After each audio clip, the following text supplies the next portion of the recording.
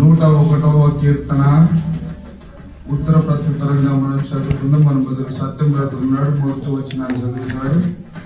రెండవ వచనాన్ని మనం అంతా కలిపి చదువుకున్నాం.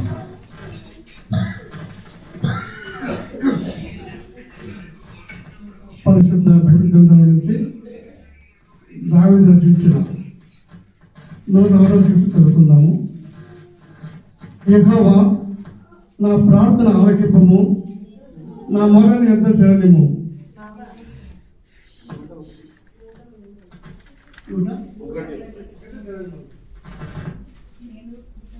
నేను కృపను గుర్చి న్యాయం గుర్చి పాడదను, యెహోవాని కీర్తించదను.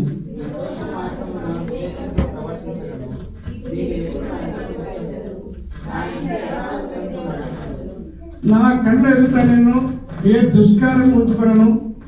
భక్తి మార్గము దొరికిన వారి క్రియలు నాకు అసహ్యములు, అవి నాకు అంటనీయము.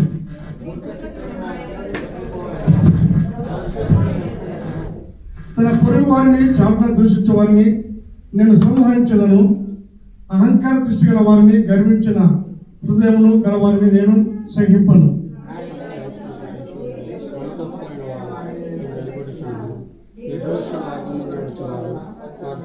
మోసము చేయవారు నా ఇంట నివసింపరాదు. అబద్ధములు ఆడవాడు నా కళ్ళ ఎదుట నిలబడు.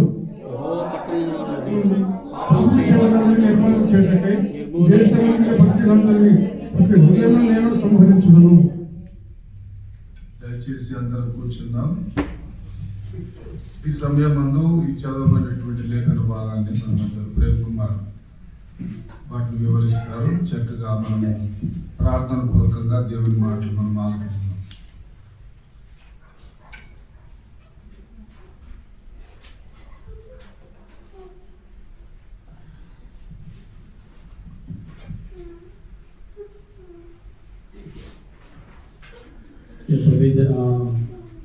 కాలంలో దేవుని మందిరంలో దేవుని ఆరాధించడానికి, ఆయన నామాన్ని జనపరచడానికి, ఆయన చేసిన మన జ్ఞాపకం చేసుకోవడానికి, దేవుడు ఇచ్చిన మంచి తరుణాన్ని బట్టి మన ఆయుష్ని పొడిగించి, మన జీవిత కాలంలో ఒక దినాన్ని పొడిగించి, ఈ యొక్క దినంలో ఆయన మందిరంలో మనల్ని సమకూర్చిన దేవుని నామానికి ముందుగా స్తుతులు స్తోత్రం చెల్లిస్తున్నాను. అలాగే అవతారం ఇచ్చిన దేవుడి దాసుల తండానికి నా యొక్క వందలు తెలియజేస్తున్నాను. ఉదయకాలంలో దేవుని వాక్యాన్ని ధ్యానించడానికంటే ముందుగా ఒక చిన్న ప్రార్థన చేసుకొని మనము వాక్య ధ్యానంలోకి వెళ్ళిపోదాం. నేను ఎక్కువగా దీన్ని వివరించాను, ఎందుకంటే రాత్రి కాలంలో మనం ఎక్కువగా ఆల్రెడీ అలసిపోయి ఉన్నాం కాబట్టి చాలా క్లుప్తంగా దీన్ని మనం ధ్యానం చేసే ప్రయత్నం చేద్దాం. పరిశుద్ధుడైన మా దేవ, మహోన్నతుడా, మా రాజా యేసుక్రీస్తు ప్రభువా, ఇటు ఉదయకాలంలో మనం సమకూర్చిన విధానానికి నీకు స్తోత్రం చెల్లిస్తున్నాం తండ్రి.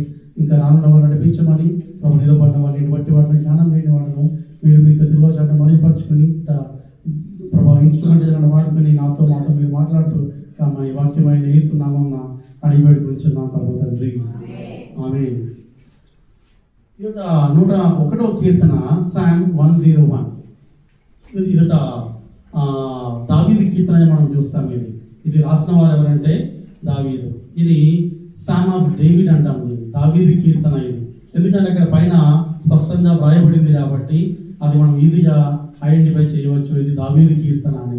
ఈ యొక్క దావీదు కీర్తన రాజ్యాధికారం గురించి, రాజు యొక్క రాజ్య పరిపాలన గురించి వ్రాయబడిన కీర్తనల్లో ఇది చివరి కీర్తనగా మనం చూస్తాము. 92 నుండి ప్రారంభమై 101తో దేవుని యొక్క రాజ్యము, రాజ్య పరిపాలన, రాజు యొక్క గుణగణాలను మనం చూస్తూ వస్తున్నాము. అదేవిధంగా 101వ కీర్తన కూడా ఇక్కడ మనం ఏం చూస్తామంటే రాజు తన యొక్క నీతి పరిపాలనకు సంబంధించిన ఒక నిర్ణయాన్ని మనం చూస్తాం. ఇక్కడ ఎ Kings determination to rule righteously, నీతిగా న్యాయముగా ఏ విధంగా రాజ్యాన్ని పరిపాలన చేయాలో దానికి సంబంధించిన ఒక అద్భుతమైన నిర్ణయాన్ని ఇక్కడ దావీదు ఆయన యొక్క కీర్తన ద్వారా వ్యక్తపరుస్తున్నట్టుగా మనం చూస్తాము. ఈ యొక్క కీర్తన మనం ధ్యానించే ముందుగా రాసిన వారు ఎవరనుకున్నాం మనం? దావీదు కదా. ఒకసారి చెప్పండి, దేవుడి గ్రంథంలో ఇంతకుముందు మనం ధ్యానం చేసుకున్నాము, 3 సార్లు అభిషేకింపబడిన వ్యక్తి ఎవరు? The one who anointed for 3 times was David. 3 సార్లు దేవునిచే లేదా సమూయేలు ప్రవక్త ద్వారా అభిషేకింపబడిన వ్యక్తి ఎవరు? దావీదు. మొట్టమొదటి అభిషేకం ఎప్పుడు జరిగిందో చెప్తారా? బాలుడిగా ఉన్నప్పుడు తన ఇంటిలో ప్రవక్త అయిన సమూయేలు ద్వారా జరిగింది. దీనిని మనం మొదటి సమూయేలు 16-13లో చూస్తాం. మనం చూసే అవసరం లేదు కానీ అలా వెళ్ళిపోదాం. రెండవ అభిషేకం ఎక్కడ జరిగింది చెప్తారా? The second anointment. రెండవ అభిషేకం ఎక్కడ జరిగిందంటే సౌలు చనిపోయిన తర్వాత వారందరూ వచ్చి యూదా మీద, హెబ్రోను వారికి అభిషేకం, వారి మీద రాజుగా ఉండడానికి అభిషేకం చూస్తాము. మూడవదిగా 7 సంవత్సరాల తర్వాత, ఎప్పుడు సౌలు చనిపోయిన తర్వాత రెండవ అభిషేకము తర్వాత ఆఫ్టర్ 7 years 7 సంవత్సరాల తర్వాత తిరిగి సమస్తమైన ఇశ్రాయేలీయుల మీద రాజుగా ఇతను అభిషేకింపబడినట్లుగా మనం చూస్తాము. 3 సార్లు అభిషేకమైన వ్యక్తి ఈ యొక్క కీర్తన రాస్తున్నాడు అంటే ఏమనుకోవాలి చెప్పండి?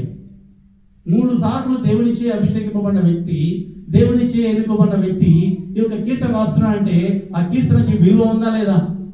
It has lot of value in it. చాలా విలువైన కీర్తన ఇది అని నేను చెప్పే ప్రయత్నం చేస్తున్నాను. ఒక అభిషేకింపబడిన, దేవునిచే ఎన్నుకోబడిన దేవుని దాసుడైన దావీదు, దేవుని హృదయానుసారుడైన దావీదు ఈ యొక్క కీర్తన రాస్తున్నాడు మనం చూస్తాము. ఇందులో 8 వచనాలు ఇక్కడ ఉన్నాయి. 8 వచనాలు. ఇక 8 వచనం మనం ధ్యానం చేసేట్లయితే మొదటి వచనం మనం చూద్దాం ఒక్కసారి. మొదటి వచనం ప్లీజ్. నేను కృపను గూర్చియు న్యాయమును గూర్చియు. ఇక్కడ ఏమంటాడంటే కృప, మర్సీ, కృపను గురించి మాట్లాడుతున్నాడు. అదే విధంగా రైచియస్నెస్, నీతిని గురించి, ఆయన న్యాయం గురించి మాట్లాడుతున్నట్లుగా మనం చూస్తాము. ఓన్లీ నీతి ఉంటే సరిపోతుందా న్యాయం లేకుండా? లేదా ఓన్లీ న్యాయం ఉంటే సరిపోతుందా నీతి లేకుండా? లేదా దేవుని కృప లేకుండా? రెండు మనకు ఉండాలండి. ఇక్కడ దేవుని కృప గురించి మాట్లాడుతున్నాడు, దేవుని న్యాయం గురించి మాట్లాడుతున్నట్టుగా మనం చూస్తాము. అంటే దేవుని కృపను ఆయన మనకు ఎప్పుడు బయలుపరిచాడు చెప్పండి? నిన్న రాత్రి మనము అరిచి చెప్పుకున్నాం కదా. ఏమని చెప్పుకున్నాం చెప్పండి? 2000 years ago, 2000 సంవత్సరాల కంటే క్రితము ఆయన తన కృపను వెల్లడిపరచడానికి ఆయన పరలోకంలో తండ్రితో కూడా ఉండకూడని భాగ్యమని ఎంచుకోనక ఆయన భూలోకానికి దిగి వచ్చి శరీరధారుడిగా భూలోకంలో జన్మించి ఆ పశువుల పాకలో జన్మించిన యేసుక్రీస్తు వారు ఈరోజు ఎక్కడ ఉన్నారు చెప్పండి? పరలోకంలో ఉన్నాడు ఆయన. పశువుల పాక టు పరలోకం, అంతేనా? పశువుల పాక నుండి ఆయన ఏమయ్యాడు చెప్పండి? పరలోకంలో ఉన్నాడు ఆయన. ఈ మధ్యలో జర్నీని మనం జ్ఞాపకం చేసినట్లయితే ఆయన నీ కోసమై, నా కోసమై, మనందరి కోసమై, మనకు బదులుగా ఆయన సిలువలో తనను తాను అర్పించుకున్నట్లుగా మనం చూస్తాము. ఆయన చేతులలో చీరలు, ఆయన కాళ్ళలో చీరలు, ఆయన తలపైన అమూల కిరీటము, ఆయన ప్రక్కలో బల్లెపోటు, చూడనల్లని వాడుగా ఆయన తనను తాను బలిగా అర్పించుకొని ఆయన సమాధి లోపలికి వెళ్ళి 3 దినాల సమాధిలో ఉండి మరణాన్ని, సాతానుని, అపవాదిని, మరణపు మూలను విరిచి ఆయన సమాధిని జయించి లేచి ఆయన పరలోకానికి వెళ్ళిన దేవుడిగా మనం చూస్తాము. ఇంత అద్భుతమైన దేవుడిని మనం కలిగి ఉన్నాం కాబట్టి ఉదయకాలంలో ఆయన మందిరంకి చేరి వచ్చి ఆయన ఆరాధిస్తున్నాం. మనం ఆయన కృపను ఆయన మనకు వెల్లడి చేసి దాదాపుగా 2000 సంవత్సరం అయిపోయింది. ఈ రోజు మనం చేయాల్సింది ఏం చెప్పండి? వండి రెడీగా ఉంది. What we have to do? We have to just get it and have it. అంతేనా? అదే కదా మనం చేయాల్సింది.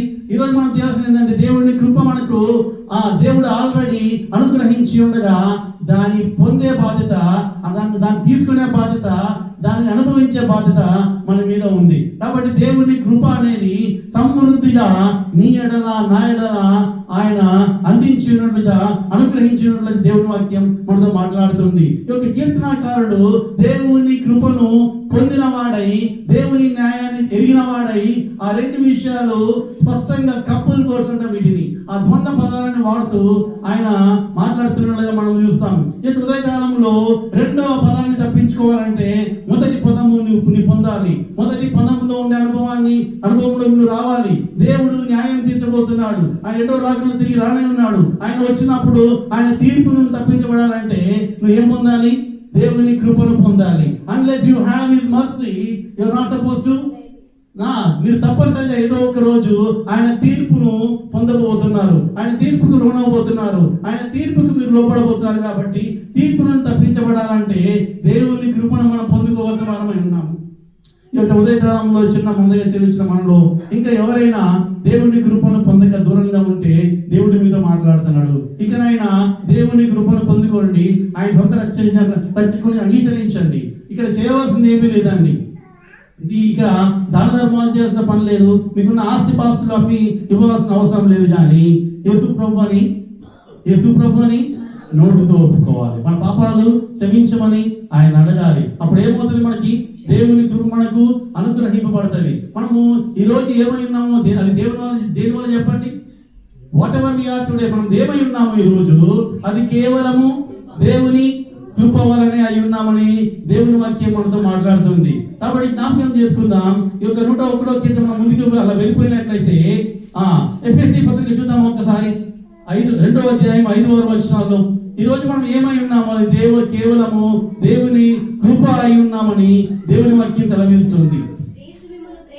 క్రీస్తు మిమ్మును ప్రేమించి పరిమళ వాసనగాను ఉండుటకు మన కొరకు తన్ను తాను దేవునికి అర్పణంగాను బలిగాను అప్పగించుకోలేను. అలాగుననే ప్రేమ నడుచుకున్నది మీరు మీలో 2వ అధ్యాయం 5-6 వచనాలు. Chapter 2 verse 5 and 6. అయితే అయినను దేవుడు కరుణా సంపన్నుడు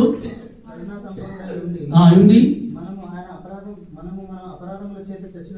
మనము మన అపరాధముల చేత చచ్చిన వారమై ఉండి సైతము మన ఎడల చూపిన తన మహా ప్రేమ చేత బ్రతికించను.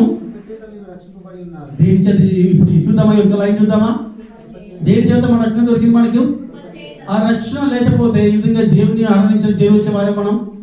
దేవుని కృప వలనే మనము ఆయన మందిరంలో ఈరోజు ఆయన ఆరాధించడానికి చేరి వస్తున్నట్లుగా మనం చూస్తాము. కాబట్టి జ్ఞాపకం చేసుకుందాం, దేవుని కృపను మనము పొందిన వారమై ఉండాలి ముందుముటాట. అట్లాగే మనం ముందుకు వెళ్ళినట్లయితే ఇక మొదటి వచ్చిన మనం ఏమనుకోవచ్చు అంటే ఇక్కడ ఆయన ఆనందం ఏంటో చూస్తాం. ఇక్కడ హిస్ డిలైట్ ఆయన ఆనందం, కీర్తనకారుని యొక్క ఆనందం ఏంటో మనం చూస్తాము. 2వ వచనం మనం చూసినట్లయితే హిస్ డెసిజన్, ఆయన నిర్ణయం ఏంటో చూస్తాం అక్కడ. అట్లాగే 2వ వచనం 2వ లైన్ మనం చూసినట్లయితే హిస్ డిజైర్, ఆయన కోరిక ఏంటి, ఆయన ఆలోచన ఏంటి, ఆయన ఏమి ఆలోచన కలిగి ఉన్నాడో చూస్తాము. అదే 2వ వచనం 3వ లైన్ చూస్తే ఆయన ఎక్కడ ఉన్నాడో చూస్తాము, ఆయన ఇంట్లో ఉన్నట్లుగా మనం చూస్తాము. 3వ వచనం చూసినట్లయితే హిస్ హోలీనెస్ త్రూ సాంక్టిఫికేషన్, అతను ఏ విధంగా పరిశుద్ధపరుచున్నాడో మనం చూస్తాము. 4వ వచనంలో ఆయన లోకానికి వేరై ఏ విధంగా పరిశుద్ధుడిగా ఉన్నాడో మనం చూస్తాము. 5వ వచనములో ఆయన బలంగా పరిశుద్ధుడిగా ఉండాలని ఒక తీర్మానం కలిగిన వాడుగా కీర్తనకారుని మనం చూస్తాము. 6వ వచనములో ఆయన ఎవరితో ఉన్నాడో చూస్తాము. 6వ వచనం 2వ లైన్లో ఆయన పరిపాలన ఏ విధంగా ఉండబోతుందో చూస్తాము. 7వ వచనములో ఆయన వ్యక్తిగతమైన రిజల్యూషన్ మనం చూస్తాం, ఇది పర్సనల్ రిజల్యూషన్. అట్లాగే 8వ వచనంలో ఆయన పబ్లిక్ రిజల్యూషన్ మనం చూస్తాము. కాబట్టి ఈ యొక్క కీర్తనను ఈ విధంగా మనం డివైడ్ చేసుకోవచ్చు. ముందుగా మనం చూస్తున్నాము హిస్ డిలైట్, ఆయన దేని యందు ఆనందిస్తున్నాడంటే దేవుని కృప యందు ఆనందిస్తున్నాడు. ఈ రోజు నేను ఇక్కడ నిలబడి ప్రశ్నిస్తున్నాను, ఈ ప్రశ్న నాకు కూడా వర్తిస్తుంది. దేవుని కృప యందు మనము ఆనందిస్తున్నామా? ఆయన కృపను మనము అనుభవిస్తున్నామా? ఆయన కృపను మనం కలిగి జీవిస్తున్నామా? మన అనుదిన జీవితంలో, వ్యక్తిగత జీవితంలో, కుటుంబ జీవితంలో, సంఘ జీవితంలో, మన ఉద్యోగ జీవితంలో, సామాజిక జీవితంలో, మన ఆర్థిక జీవితంలో, మన ఏ జీవితంలో అయినా కూడా మనకి ఏమవసరం చెప్పండి? ప్రతిదానికి లిమిటేషన్స్ ఉన్నాయి. ప్రతిదానికి ఏమున్నాయి? లిమిటేషన్స్ ఉన్నాయి. డబ్బులు ఉంటే there are limitations to it కదా. సమాజంలో పేరు ఉంటే లిమిటేషన్స్ ఉన్నాయి. అధికారం ఉంటే లిమిటేషన్స్ ఉన్నాయి. మీకు కావాల్సిన ఆస్తులు ఉంటే లిమిటేషన్స్ ఉన్నాయి. కానీ one thing that has no limitation, that is nothing but God's mercy. దేవుని కృప మాత్రమే. అవధులు లేని దేవుని కృపను మనం కలిగి ఉన్నట్లుగా ఈ హృదయకాలంలో దేవుడు మనతో మాట్లాడుతున్నాడుగా మనం చూస్తాము. ఇక్కడ జ్ఞాపకం చేసుకుందాం, ఆయన దేని యందు ఆనందిస్తున్నాడు? దేవుని కృప యందు ఆనందిస్తున్నట్లుగా మనం చూస్తాము. 2వ వచనం చూద్దాం ఒక్కసారి. ఇది నన్ను బాగా ఆకట్టుకున్న మాట. 2వ వచనము, నిర్దోష మార్గమున వివేకముతో ప్రవర్తించదను. చాలా అద్భుతమైన మాట ఇది. ఇది నేను చాలాసేపు ధ్యానం చేస్తున్నా ఈ ఒక్క లైన్ ని. ఇదేంటి, నిర్దోష మార్గం నుంచి సరిపోతుంది కదా, మన దానికి వివేకము యాడ్ చేయడం ఏంటి? కీర్తనకారుడు ఈయన అనుభవం ఏంటి అని నేను ఒక్కసారి బయటికి వెళ్ళి చూసినట్లయితే, దావీదు తన మందసాన్ని తీసుకొని వెళ్తుంటాడు. మందసాన్ని తీసుకుని వెళ్ళే సమయంలో అక్కడ ఉజ్జయి వచ్చి ఏం చేస్తాడు చెప్పండి? దాన్ని ముట్టుకుంటాడు. అది కింద పడే సమయంలో దాన్ని ఆపడానికి ప్రయత్నించి తన ప్రాణాన్ని పోగొట్టుకుంటాడు. అవునా? అక్కడ దావీదు దేవునికి చిత్తాన్ని సరి అయిన విధానంలో అర్థం చేసుకోకుండా తను వెళ్ళిపోయినట్లుగా, అక్కడ ఒక వ్యక్తి మరణానికి కారణమైనట్లుగా తప్పు చేసిన వాడుగా మనం ఇక్కడ దావీదుని చూస్తాం. అయితే ఆ రెండవసారి కూడా దావీదు మందసాన్ని తీసుకుపోయే సమయంలో ఎటువంటి సమస్యలు లేకుండా దేవునికి మహిమకరంగా రెండవసారి ఆయన మందసాన్ని మూవ్ చేసినట్లుగా మనం చూస్తాము. అంటే ఇక్కడ కీర్తనకారుడు మొదటిసారి యథార్థంగా ఉన్నాడు, కానీ అక్కడ ఏం మిస్ అయింది చెప్పండి? వివేకం మిస్ అయింది. వివేకంలో ఏముంటుంది చెప్పండి? వివేకంలో ఏముంటుంది? ఆలోచన ఉంటుంది. వివేకంలో ఏముంటుంది? దేవుని చిత్తాన్ని తెలుసుకునే అవకాశం ఉంటుంది వివేకంలో. నేను అంటాను, ఉదయకాలంలో ఒక వ్యక్తికి వివేకాన్ని పేరు పెట్టుకొని ఆ వ్యక్తిని ఫాలో అయితే మనకు వివేకం వచ్చేస్తుందా? రాదు. మనం ఎవరిని ఫాలో అయితే మనకు వివేకం వస్తుంది? కేవలము మన దేవుణ్ణి ఆయన చిత్తాన్ని కనుగొని ఆయనను మనం వెంబడిస్తేనే మనకి ఏముంటుంది? వివేకం వస్తుంది. అయితే నేను యథార్థంగా జీవిస్తున్నా కదా, నాకు వివేకంతో పని ఏంటి? అప్పుడు నిన్ను మూర్ఖురాలు అంటారు లేదా మూర్ఖుడు అంటారు. యథార్థానికి ఏం కావాలంటే మనకు వివేకము ఆడవాలి. దేవుడి వాక్యం ఏమని తెలియజేస్తుందంటే, పాము వలె మనం వివేకముతో జీవించాలి. వివేకము ఎందుకు అవసరం అంటే, ఈ లోకంలో ఎవరున్నారు చెప్పండి? వాడు ఏం చేస్తున్నాడు? 2 పేతురు పత్రిక ప్రకారము ఎవరిని మృంగుదురా అని. కాబట్టి మనకి ఏముండాలి చెప్పండి? వివేకముతో మనము ఈ లోకంలో జీవించే వాళ్ళంగా ఉండాలి. చాలా మంది మనం ఏమనుకుంటామంటే, నేను యథార్థవంతురాలను. కానీ నేను అంటలేదు, ఉదయకాలంలో దేవుని వాక్యాన్ని చేత పట్టుకొని దావీదు అనుభవాన్ని ముందు పెట్టుకొని నేనేమంటానంటే, యథార్థతకు వివేకం అనేది జత చేయబడాలి. అప్పుడు మన యథార్థతకి ఏమొస్తుంది? విలువ వస్తుంది. కీర్తనకారుడు తను చేసిన తప్పిదాలు తెలుసుకొని తిరిగి తప్పులు చేయకుండా తను ఏం చేస్తున్నాడు చెప్పండి? ఏం చేస్తున్నాడు? దేవుని వాక్యం నేను ఉదయకాలంలో ధ్యానం చేస్తుండగా సంఖ్యాకాండం 7వ అధ్యాయం 5వ వచనంలో అక్కడ మోషే అంటే ఇశ్రాయేలుకు తెచ్చిన ఆ యొక్క గూడు బండ్లను మరియు ఎద్దులను ఇశ్రాయేలుకి ఇచ్చే సమయంలో అక్కడ 4 జాతులు ఉంటే కేవలము 3 జాతులకు మాత్రమే, 3 మాత్రమే అది ఇవ్వడం. చూద్దామా? సంఖ్యాకాండం 7వ అధ్యాయం 5వ వచనం లేదా 3 నుండి చదువుదాం. Numbers chapter 7 verse 3 to 5.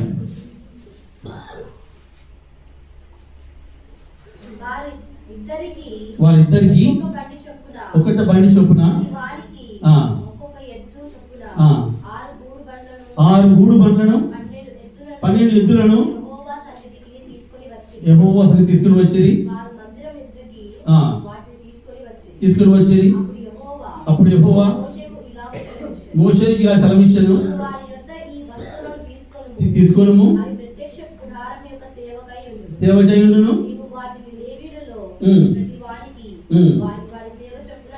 ఇవ్వవలెను. ఒకసారి 9వ వచనం చూద్దాం. ఒకసారి 9th verse.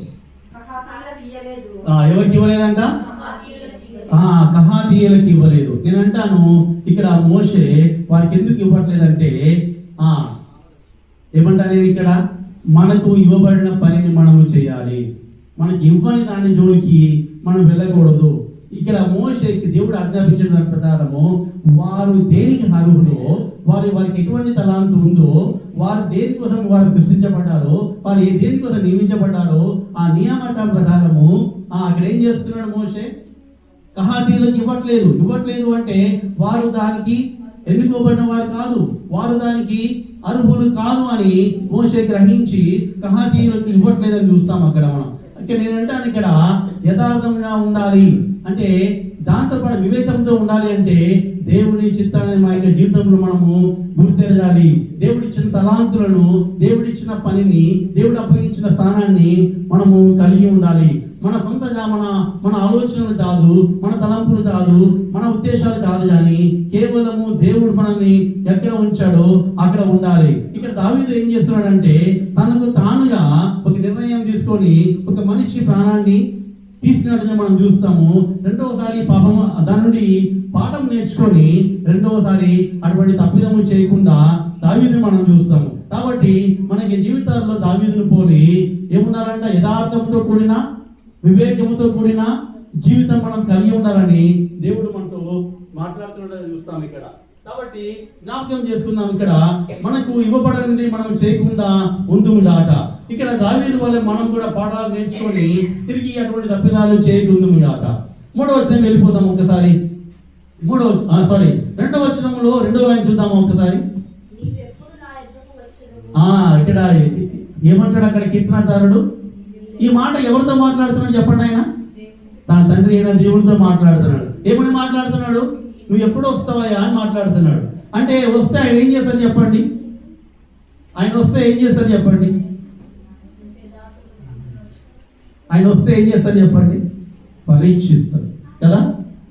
ఇక్కడ దావీదు కూడా ఏమంటాడంటే నువ్వు ఎప్పుడు వస్తావయ్యా, నువ్వు ఎప్పుడు నన్ను ఇన్స్పెక్ట్ చేస్తావు, నువ్వు నన్ను ఎప్పుడు పరిశోధిస్తావని మాట్లాడుతున్నాడుగా మనం చూస్తాం. ఇక్కడ దావీదు కీర్తనకారుడు యొక్క అనుభవం ఏంటంటే నువ్వు ఎప్పుడు వస్తావయ్యా అంటే ఆయన ఆశ ఏంటి? నిన్ను చూడాలని ఆశ ఉందని మనం పాడబడతాం కదా. కీర్తనకారుడు ఆశ ఏంటి ఇక్కడ? దేవుని చూడాలనే ఆశ. అందుకే కీర్తనకారుడికి దేవుడు ఏమన్నాడు చెప్పండి? దావీదుని ఏమన్నాడు? He is after my own heart, నా యొక్క హృదయానుసారుడని సాక్ష్యం పొందిన వాడిగా మనం చూస్తాము. కాబట్టి 101వ అధ్యాయం 3వ లైన్ చూద్దాము ఒకసారి. 2వ వచనం 3వ లైన్. నా ఇంట దేవుని మందిరంలో మనము యథార్థంగా ఉండాలి, మన ఇంటిలో మనము యథార్థంగా మనం ఉండాలని దేవుడి వాక్యం మనతో మాట్లాడుతుంది. కాబట్టి జ్ఞాపకం చేసుకుందాం, మనం యథార్థంగా మనం ఉండి మనం ఏం చేయాలంట? 23:6 ప్రకారము కృపాక్షములు నా వెంట వచ్చిన చిరకాలం యెహోవా మందిరంలో నివాసము. మన నివాసం ఎక్కడ ఉండాలి? యెహోవా మందిరంలో మనం నివాసం ఉండాలి. ఒక్కసారి మనం జ్ఞాపకం చేసుకుందాం. 3వ వచనం చూద్దాం ఒకసారి. త్వరగా వెళ్ళిపోదాం మనం. నా కన్నుల ఎదుట దుష్కార్యము అంటే తనను తాను పరిశుద్ధపరచుకున్నట్లుగా మనం చూస్తాము. మన అనేకమైన పాపాలకు ప్రధానమైన కారణం ఏంటంటే కన్ను. ఏదైనా మనం చూస్తే దాన్ని కావాలని కోరుకుంటాం. మన కన్ను రైట్ దేనైనా గమనించినట్లయితే మన కన్ను ద్వారా మన అనేకమైన విషయాలు మనము గ్రహిస్తాము, మనం అర్థం చేసుకుంటాము, ఆలోచిస్తాము. దాని ద్వారా పాపము చేసే అవకాశం ఎక్కువగా ఉంది. ఇక్కడ కీర్తనకారుడు ఏమంటాడంటే దుష్కార్యము చేయకుండా నన్ను నేను కాపాడుకుంటానని మాట్లాడుతున్నాడు. మనం కూడా మన యొక్క కన్నులను కాచుకొని దుష్కార్యములు చేయకుందుము గాక. 4వ వచనం వెళ్ళిపోదాం. అలా లోకానికి వేరే మనం జీవించాలని ఇక్కడ కీర్తనకారుడు మనతో మాట్లాడుతున్నాడు. 4వ వచనం ప్లీజ్. మూర్ఖ చిత్తుడు ఏమవ్వాలంట? మనం కూడా పాపానికి, లోకానికి, శరీరానికి, అపవాదికి దూరంగా వెళ్ళిపోవాలని దేవుడు మనతో మాట్లాడుతున్నాడు. రైట్. కాబట్టి ఈ లోకంలో ఉండే పాపానికి మనం దూరంగా వెళ్ళిపోతాం కాక. 5వ వచనం చూద్దాం ఒక్కసారి. చూసారా? ఇది ఒక్కసారి జ్ఞాపకం చేసుకుందాం మనం. ఒకసారి ఈ మాట ఒక్కసారి అందరం పలుకుదామా? ఏముందో అక్కడ చదువుదాం ఒక్కసారి. ఎవరైనా దీని అర్థం చెప్తారా? ఎంత పెద్ద మాట ఇది, చాలా పెద్ద మాట ఇది. ఆ లైన్ రీడ్ చేయాలని భయం వేసింది.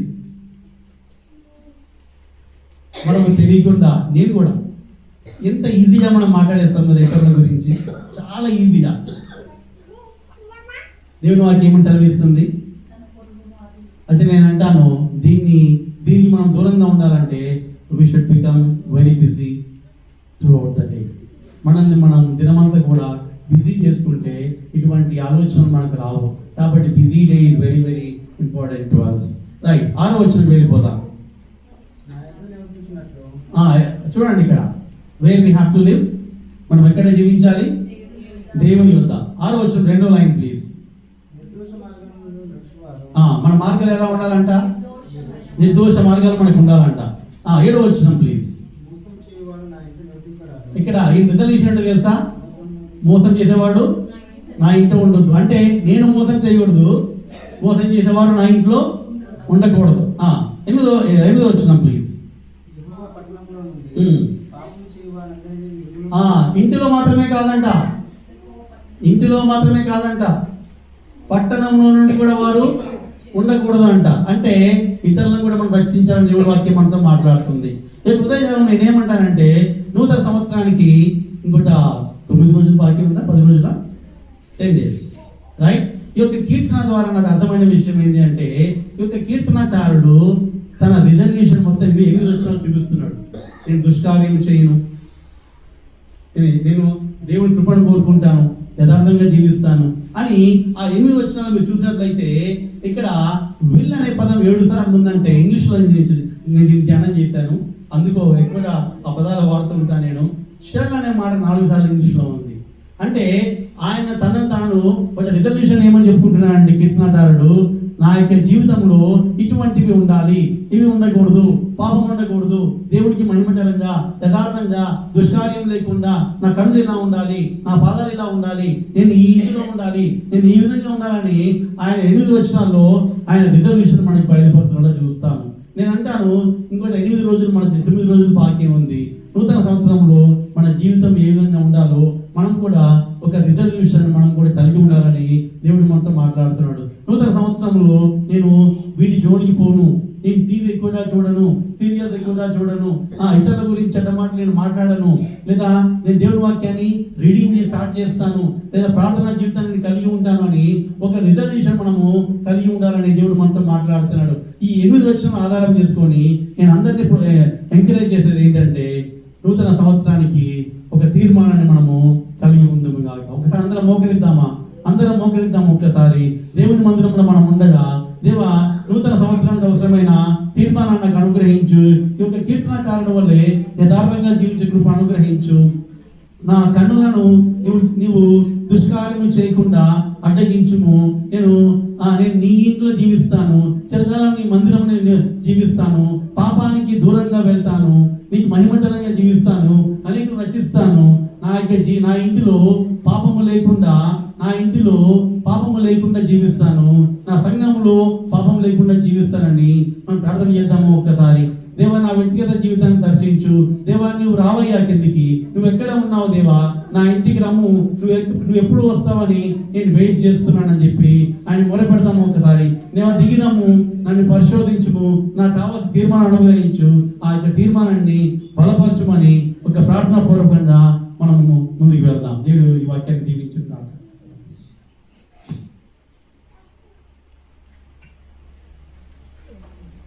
తల్ల ఉంచి కళ్ళు మూసుకొని ప్రార్థన చేసుకుందాం. ఆయన అప్పకి రాత్రి